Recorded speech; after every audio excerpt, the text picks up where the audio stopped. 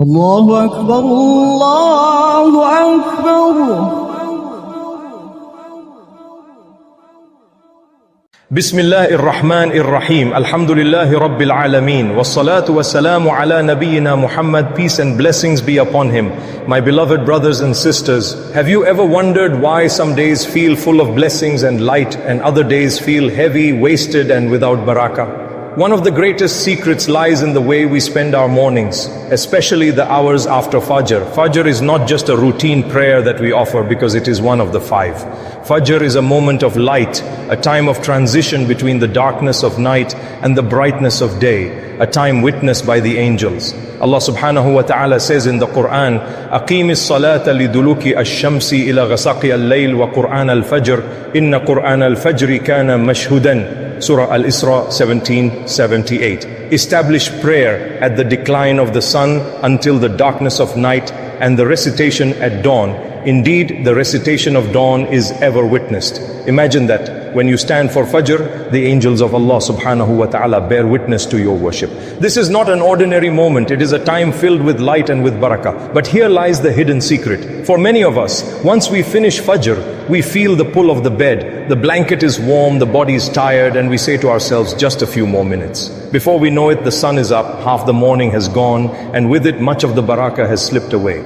Sleeping after Fajr is not haram. In fact, the Prophet Muhammad, peace and blessings be upon him, sometimes rested in the morning, but he also made a dua, Allahumma barik li ummati fi bukuriha. Oh Allah, bless my nation in their early mornings. This is the secret.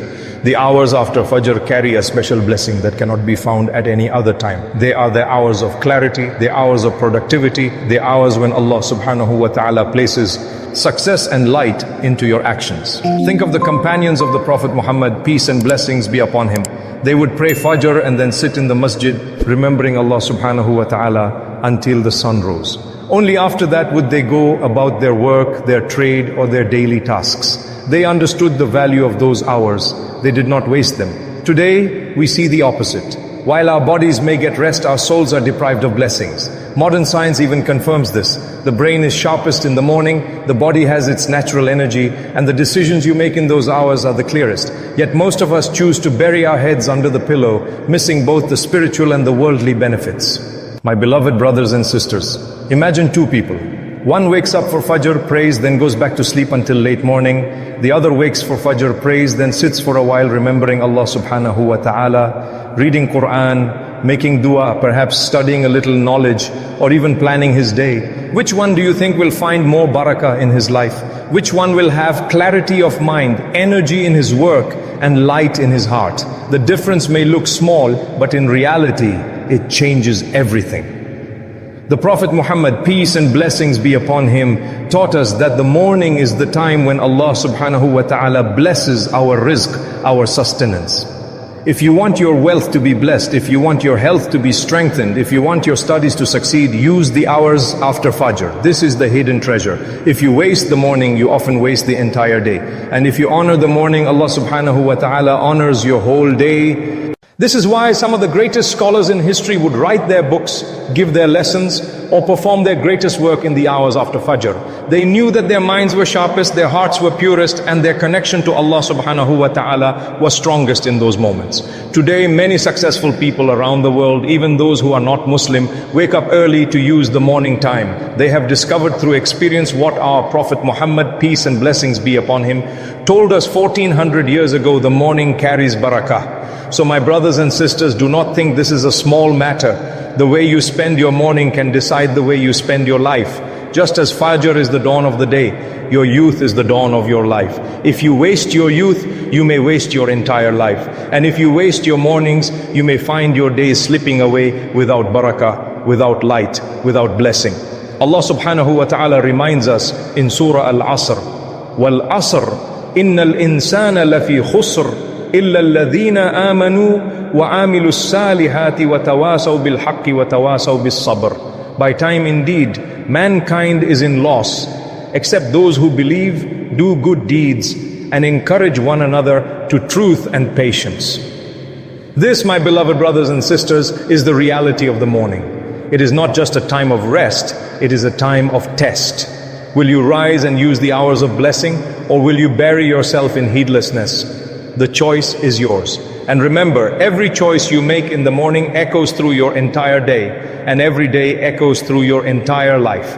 And before we move to the next reminder, I ask you kindly, if this touched your heart even a little, take a moment to like this video, subscribe to this channel, and write a comment below. Tell me where in the world you are listening from. My beloved brothers and sisters, the secret of morning barakah is not just an idea, it is a living reality. If you begin to use those hours after Fajr wisely, you will notice a change in your heart, body, family, and life. But the question is, how do we fill this time? What can we do to catch the barakah that Allah subhanahu wa ta'ala pours into these early hours? The first thing and the most powerful is dhikr and Qur'an. After you finish your Fajr prayer, don't rush back to bed. Sit for a few minutes, open the Qur'an, and recite even a small portion. The Prophet Muhammad, peace and blessings be upon him, told us that those who sit remembering Allah subhanahu wa ta'ala after Fajr until sunrise, then pray 2 rak'at, they will receive the reward of Hajj and Umrah, complete and complete and complete.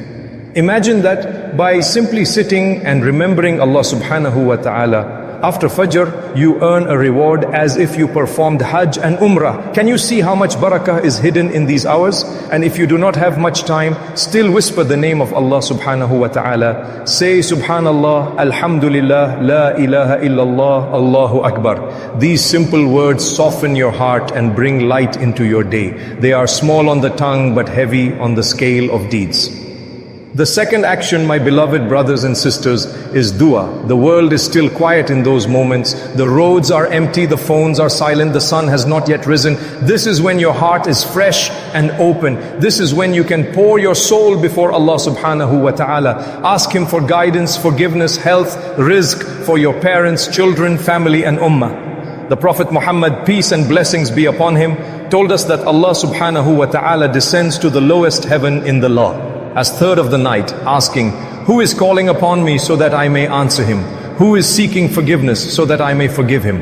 That time extends into the dawn. Do not waste it.